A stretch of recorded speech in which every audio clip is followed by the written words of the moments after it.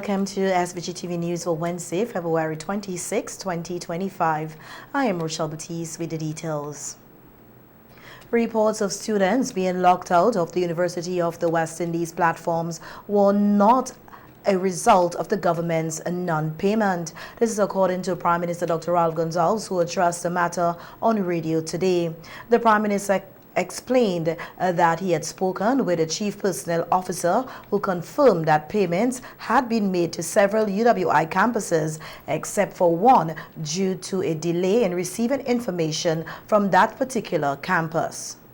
She said she had already processed everything in relation to K-Ville and Mona, and also for the global campus. St. Augustine was delayed in our process in St. Augustine, but St. Augustine sent the information later than the others. What happened though? Some persons are supposed to, we pay in the tuition, for instance. We pay in the economic costs in the case of those on the campus. But there's some compulsory fees which you have to pay. Smaller the money is now, they may add up to $1,000, maybe $2,000. Some things for guild fees, some registration fee of some kind, some other, which is not part of our payment unless you have a full scholarship now. Dr. Gonsalves emphasized that the chief personnel officer is responsible for managing all matters related to UWI payments and coordinates closely with the UWI campuses to ensure that all financial transactions are processed efficiently. He reassured the public that the government is committed to supporting the university and ensuring that students' access to their teaching and learning platforms is not disrupted. Director General yesterday too, and he said he saw it and he called immediately the CPO, the Chief Personnel Office. So if there's in any event, if there's a problem, the university, somebody at the university will write the CPO, and the CPO would say, we are delayed, but we are processing. He's not know we're doing it. So why should be any different now? But this is election season, and I hope as you have some people you have some people in online publications, you have some people who are within the system. Government is seeking assistance from Guyana to help speed up recovery efforts in the southern Grenadines. On the radio today, Prime Minister Gonsalves reported that after the British government indicated they would be unable to provide British armed forces, they turned to Guyana for support. Prime Minister Gonsalves said the work will be carried out by the armed forces as they have successfully undertaken similar operations in Grenada immediately following the devastation caused by Hurricane Beryl. Recently, I've been in touch with my brethren, Irfan, and we agreed that he will send 2025 pretty shortly for me. I wrote him a letter yesterday. Letter went off yesterday to him. I spoke to him on the phone, and he said that's fine, and making the arrangements. When I went down on Saturday down in Canoan, down in Union, I spoke to the person about making arrangements to house them down there because that's where I want them to be. He says, well, he could send them for 2 months, but I'm hoping that he could send for 3 or maybe even 4 months. But if he sent for only 2 months, I'm grateful. I don't want to push a man more than a man could reasonably do. You know what I mean, Johnny P? Because he also has... his people also have their own commitments, and this would be an incredible fraternal act because we need workers. I know that they did a pretty good job. I spoke to Dick and Mitchell. Grenada and St. Vincent and the Grenadines were the 2 CARICOM countries that voted abstention on the UN-adopted resolution concerning the ongoing war in Ukraine. On the radio today, Prime Minister Gonsalves explained that there were 2 resolutions, one of which was introduced by the United States of America and later amended by the UN Security Council. He read part of the resolution titled "The Path to Peace." Mourning the tragic loss of life throughout the Russian Federation-Ukraine conflict. You notice The Americans now didn't even call it Invasion. an invasion. They didn't even call it a special military operation. Russia-Ukraine conflict. Reiterating that the principal purpose of the United Nations, as expressed in the Charter of the United Nations, is to maintain international peace and security and to peacefully settle disputes.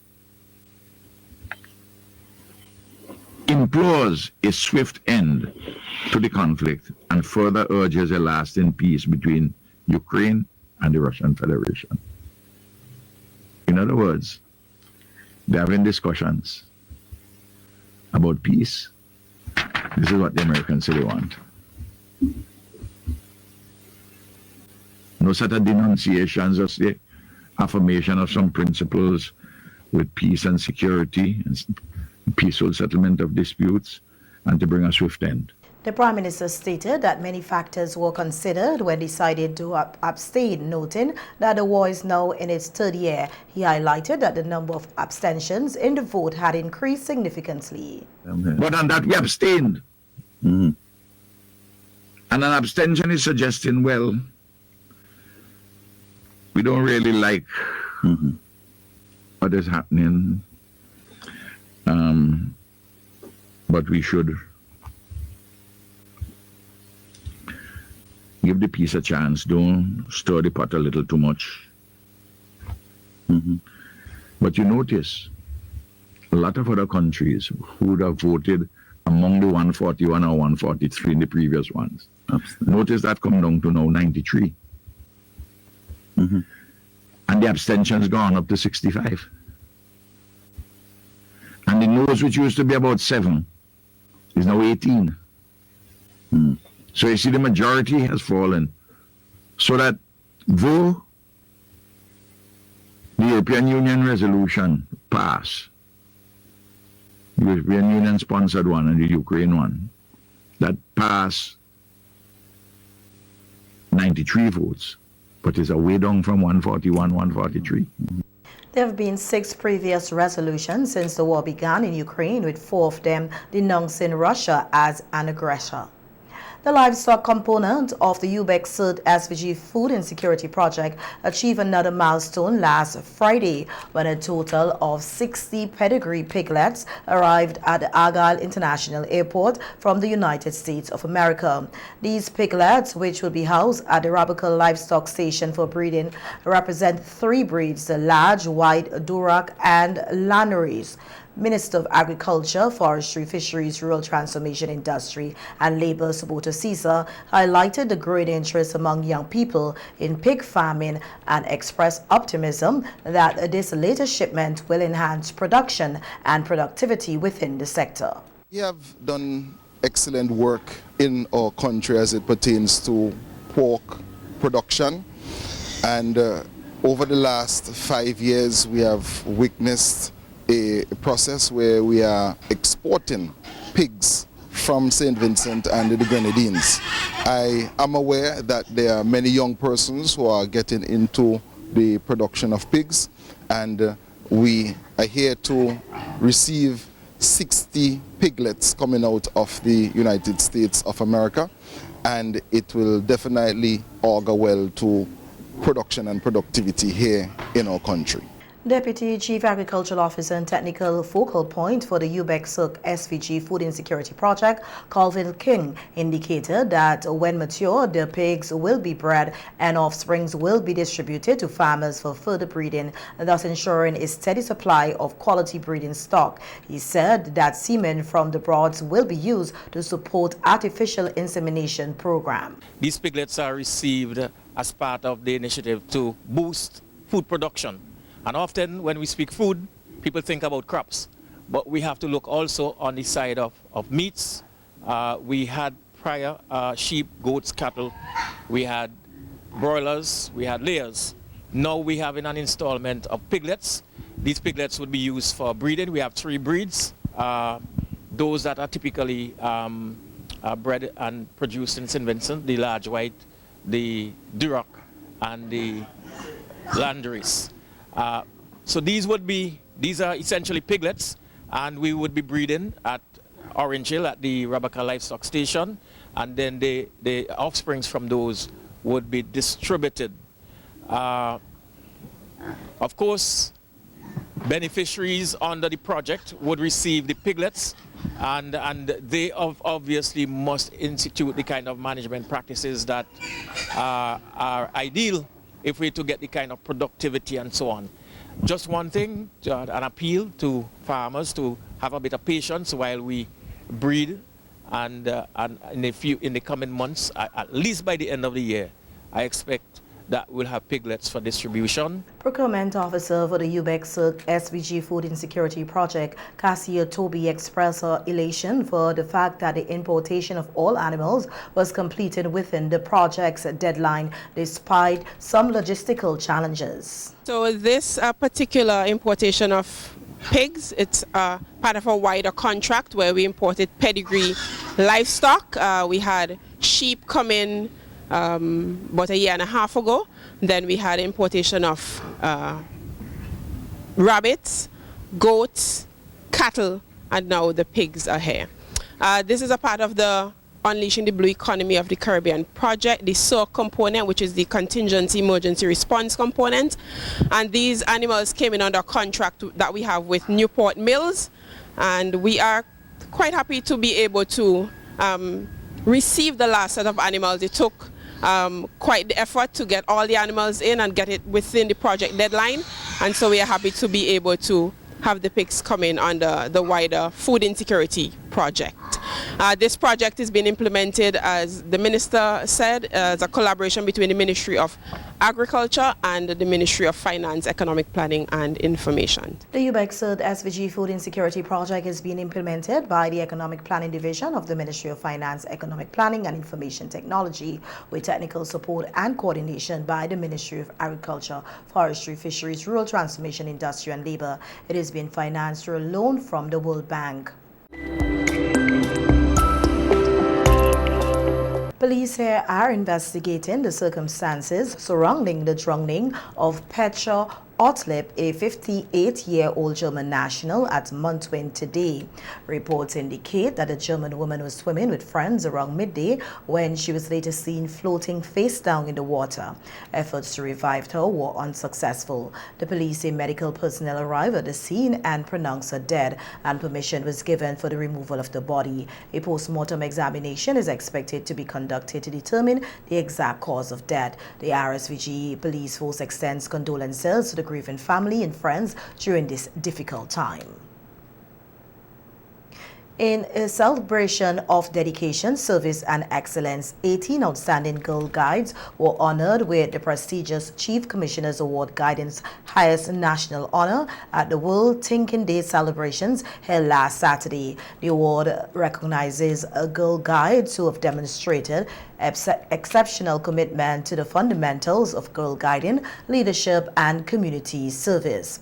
Under the 2025 World Thinking Day theme, Our Story, these young women stood proudly representing the next generation of leaders in St. Vincent and the Grenadines. Their remarkable achievements serve as an inspiration to their peers and a testament to the impact of the Girl Guides Association in shaping confident, responsible and service-oriented individuals. The Chief Commissioner's Award is a culmination of years of hard work, growth and commitment to the guiding promise and law. These awardees have excelled in areas of leadership, community service, skill development and personal growth, embodying the true spirit of girl guiding.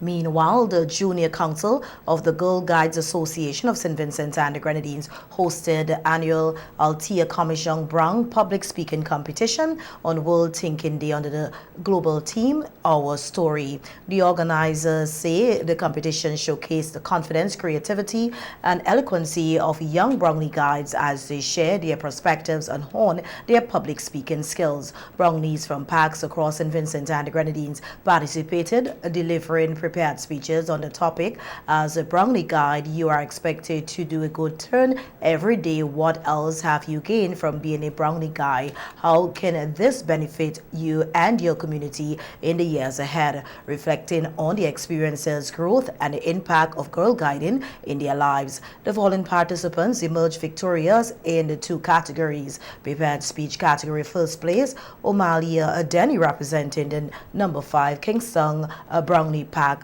at the Kingston Prep School, and in the impromptu speech category, first place, Alicia Williams, representing the Sugar Mill Bim Bims and Brownlees at the Sugar Mill Academy. The overall winner was Omalia Denny, representing the number 5 Kingston Prep Brownlee Pack. In other local news now, we hear that coordinator of the Fancy National Heroes Day activities, Maxwell Tadjo Francis, said Fancy is preparing to host its 20th annual National Heroes Day celebrations. Speaking at the launch of the national activities on Monday, Francis said there's been increased interest in the Fancy Heroes Day event despite the challenges faced over the years. We have over the years been staging, as part of the Heritage Month activities, we have been staging the Fancy National Heroes Day Festival. This year marked our 20th celebration. We have only missed 2 years, which was during COVID and the volcanic eruption of 2021. The festival over the years has really resonated with the Vincentian public, that even the year when we had COVID and we didn't have any celebration, I can tell you that hundreds of people still came to Fancy, and we were able to still give them a treat. Francis added that each year it has been his duty to ensure the public is educated about Garifuna heritage and culture through the Fancy Heroes Day event. Our theme this year is called Keeping Our Culture and Heritage Alive, Fancy National Heroes Day 2025. One of the major ideas behind the North Windward Tourism Association Fancy chapter was really to create a local-based tourism product. One of our major objectives is the preservation of the indigenous dishes. In our early years, we would have had a bamboo hut at the old library yard, which is the National Trust building. We would have been there for several years, and I could tell you that it was a really great hit with the Vincentian public. Another of our major objectives as it pertains to Heritage Month is in keeping the memory of His Excellency Paramount Chief Joseph Chatterjee, keeping that memory alive. And we have been doing that, like I said, for the past 20 years. The festival takes the form of display of the various indigenous dishes and also a cultural segment. He urged everyone to come out and enjoy this year's Heroes Day celebrations in Fancy.